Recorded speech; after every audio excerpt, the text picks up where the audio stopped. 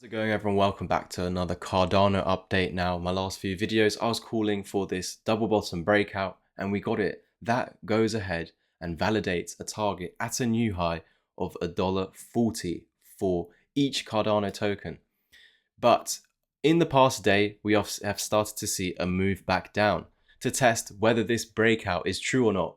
We really don't want this to end up being a fake out with a move that loses this now new support. The reason why we don't want this to be lost is because it would put a pause on this target. And that's negative because if we're not going up, we're going back down in a downtrend. So we really want to see progression. We've put in a higher low and now a higher high. So that is great. That has broken out of the previous range. It should now act as support, but I have to prepare you in case it doesn't. At the moment, this should just be a retest and Cardano should just be setting up, gearing up for the next wave up into $1. Now, the Fibonacci strategy confirms this as a key area of resistance, but it's quite funny that the chart pattern strategy suggests for a break through that area. That's very important because you can see in the past this red box was used to get down to these 50-cent area.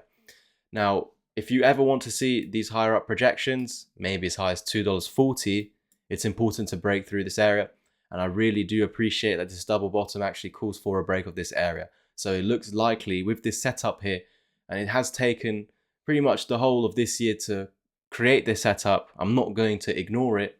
I think even if we break back down, yes, it would put a pause to this target, but I do believe this 50-cent low will hold. It's shown that on 3 separate occasions. So I think the bottom is in for sure. With that then being the case and putting in our first higher low and higher high off of that 50-cent low, then I'm expecting continuation with that trend. A higher low that will be above 50 cent. With this new higher high, of course, then another higher high will form, and that would be at $1.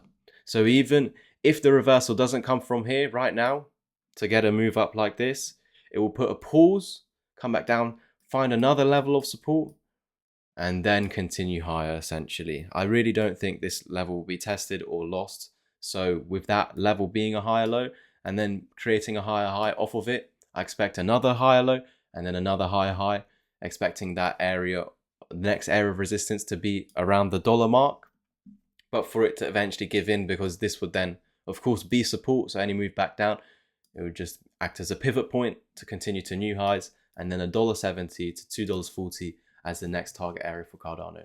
Like, subscribe, comment, and share. If you want to get educated, use the links down below, and I'll see you over there.